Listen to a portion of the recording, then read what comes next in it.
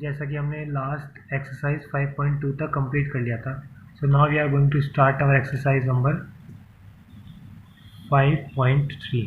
Okay, exercise 5.3 start करेंगे. Exercise 5.3 में mainly क्या पढ़ेंगे हम?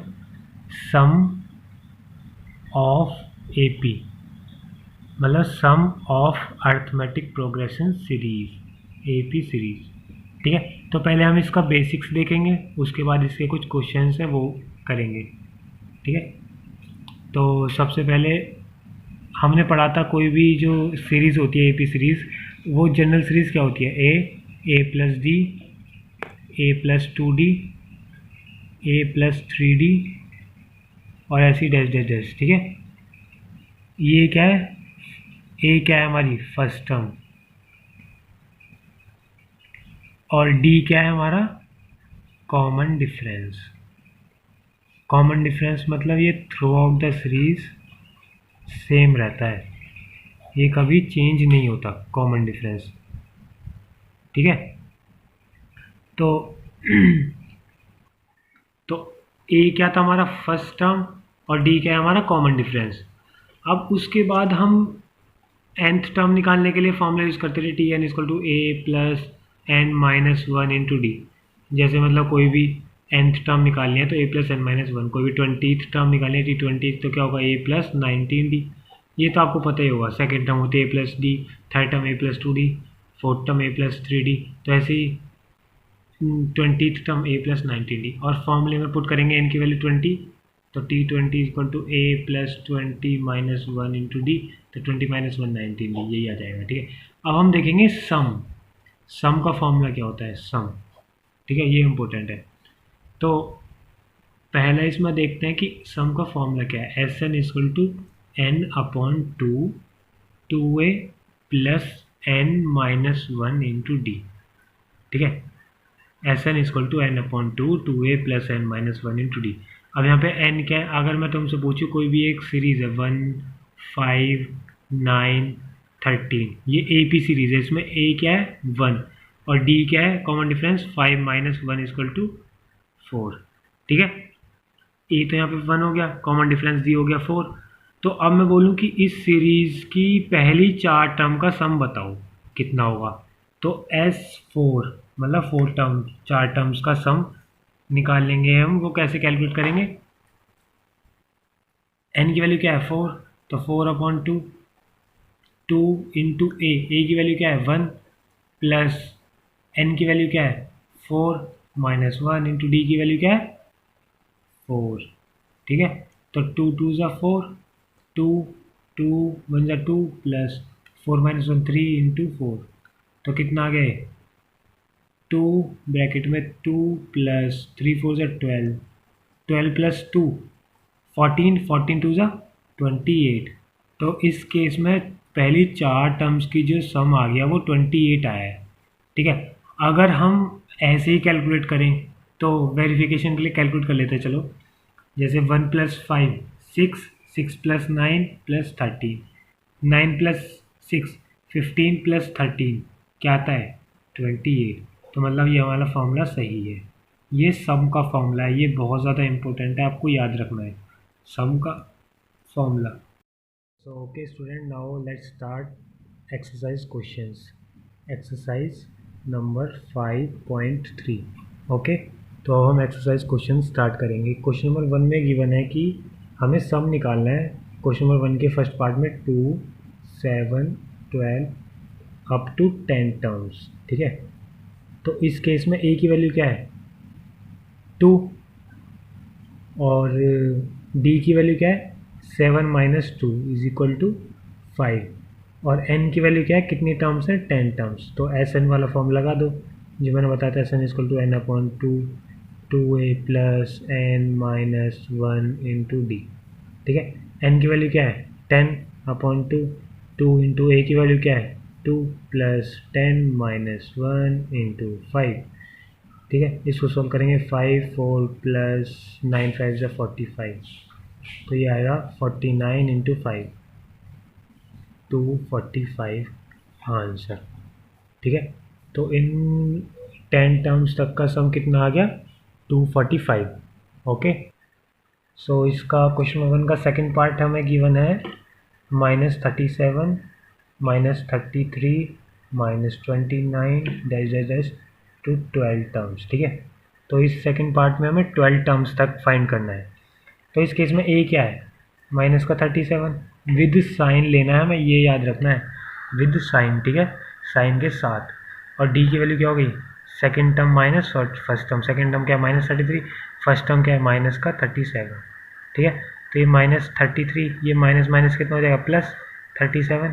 तो डी की वैल्यू क्या है 37 माइनस 33 4, डी की वैल्यू +4, ए की वैल्यू -37 और एन की वैल्यू हमें गिवन है 12, ये रही।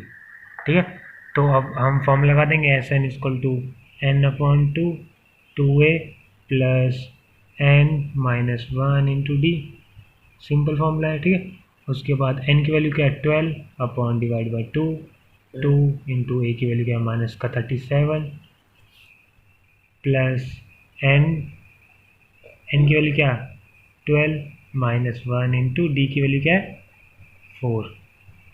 ठीक है, तो उसके बाद क्या होगा 12/2 6, 2 इंटू -37 कितना हो गए 74 -74 plus 12 -1 11 into 4 6 -74 plus 44।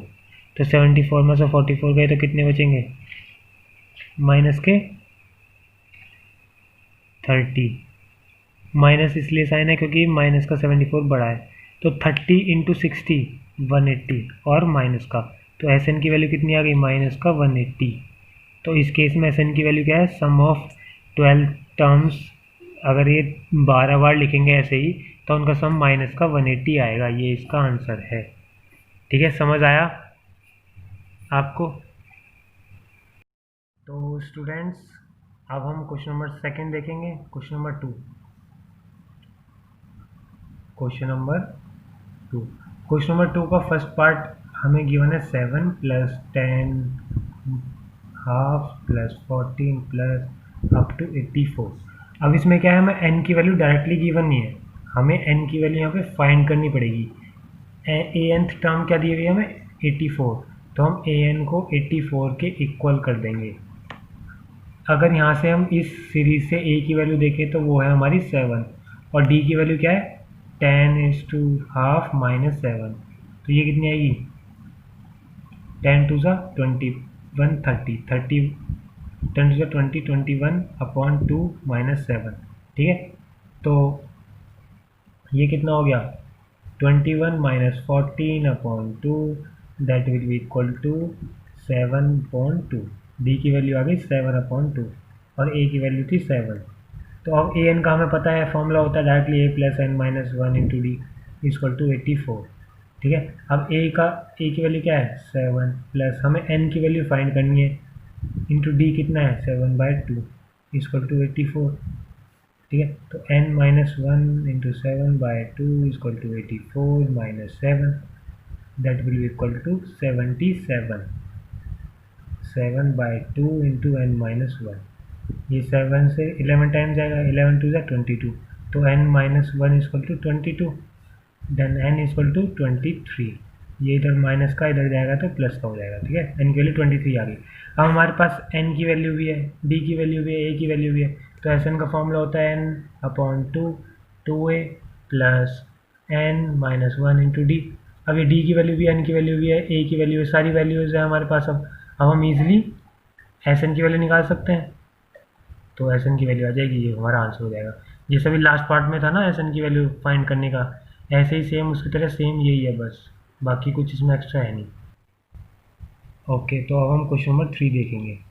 Question number 3 है हमारा ए की वैल्यू गिवन है 5। क्वेश्चन नंबर 3 का फर्स्ट पार्ट। ओके, ए की वैल्यू 5 गिवन है, डी की वैल्यू 3 गिवन है, ए एन की वैल्यू 50 गिवन है। हमें एन की वैल्यू निकालनी है और एस एन की वैल्यू निकालनी है। ठीक है, एंड ये सेम क्वेश्चन हो गया जो हमने सेकंड क्वेश्चन देखा था ना, अभी वही वाला सेम ही तो है। बस इसमें क्या करना है, पहले ए एन को 50 है तो ए एन की जगह a + n-1 into D equal to 50। A की वैल्यू गिवन है, डी की वैल्यू गिवन है, यहाँ से n की वैल्यू आ जाएगी। n की वैल्यू जो आएगी उसको फिर एस एन का फॉर्मूला होता है S N equal to a + n minus one into D N upon two, और ये 2a, ठीक है। ये होता है ना S N equal to N upon two 2a plus N minus one into D, ये होता है ना। तो अब n की वैल्यू आ जाएगी यहाँ से, a की वैल्यू d की वैल्यू गिवन है क्वेश्चन में, तो ये एस एन भी आ जाएगा, ये भी सेम ही है उसकी तरह, ये बिल्कुल ये प्रीवियस क्वेश्चन था।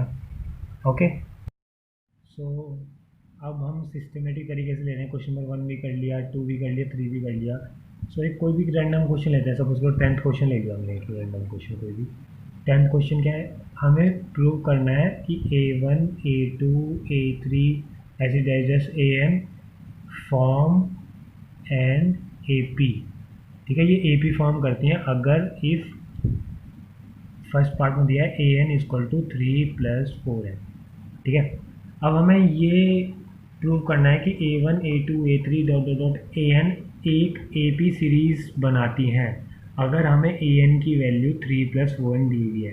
तो अगर हमें nth टर्म दी है, nth टर्म मतलब कोई भी nth टर्म 3 + 4n है, अगर यहाँ से हम फर्स्ट टर्म निकालें मतलब A1 निकालें, तो A1 क्या आएगा, A1 equal to 3 + 4 into 1, n की जगह 1 वैल्यू रख दो, तो 3 + 4 that will equal to 7, A1 की वैल्यू 7 आ गई, ठीक है। अब ऐसे ही अगर हम A2 निकालें, तो A2 क्या आएगा, 3 + 4 into 2 that will equal to 3 + 8 that will 11, A2 की वैल्यू 11 आ गई। ऐसे ही A3 निकालेंगे तो सिमिलरली A3 आएगा हमारा 3 + 4 इंटू 3, 4 3 12 + 3 15, ठीक है।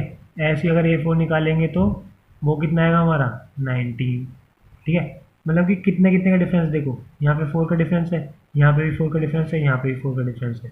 तो मतलब A की तो वैल्यू इस सीरीज़ की 7 है, और D की वैल्यू क्या है 11 - 7 4, और अगर दूसरी और तीसरी टर्म से निकालें तो 15 - 11 वो कितनी है 4, और अगर फोर्थ और थर्ड टर्म से निकालें 19 - 15 तो 4। अब मैंने बताया था AP सीरीज़ वही होती है जिसका डिफरेंस सेम होता है। कोई सी भी दो कॉन्जिक्यूटिव मतलब लगातार कोई सी भी दो ले लो टर्म्स, और उनका डिफरेंस हमेशा सेम आना चाहिए थ्रू आउट द सीरीज़, तभी वो AP हो सकती है, नहीं तो वो AP सीरीज़ नहीं है। तो इसमें से मैंने सबका चेक कर लिया, सबसे कॉमन डिफरेंस 4 ही आ रहा है, सेम ही आ रहा है। तो इसका मतलब ये वाली जो सीरीज़ है A1 A2 A3 A4 AN, ये हमारी AP है, हैंस प्रूव्ड, हैंस प्रूव्ड, ठीक है। ये प्रूव्ड हो गया। अब ऐसे ही ये तो फर्स्ट पार्ट के लिए था, एक इसमें सेकंड पार्ट और गिवन है हमारा। सेकंड पार्ट क्या है 9 - 5 है, ये सेकंड पार्ट और है, ये भी आपको खुद से ट्राई करना है। ऐसे मैंने निकाला ना A1 A2 A3 A4 निकाल लिया, ऐसे इसमें A1 A2 A3 A4 निकालना, उसका कॉमन डिफरेंस देखना, अगर कॉमन डिफरेंस सेम आ रहा है थ्रू आउट द सीरीज मतलब सबके लिए, तो इसका मतलब ये है कि जो हमारी ये है ये AP सीरीज़ है, वरना ये AP सीरीज़ नहीं है। ओके।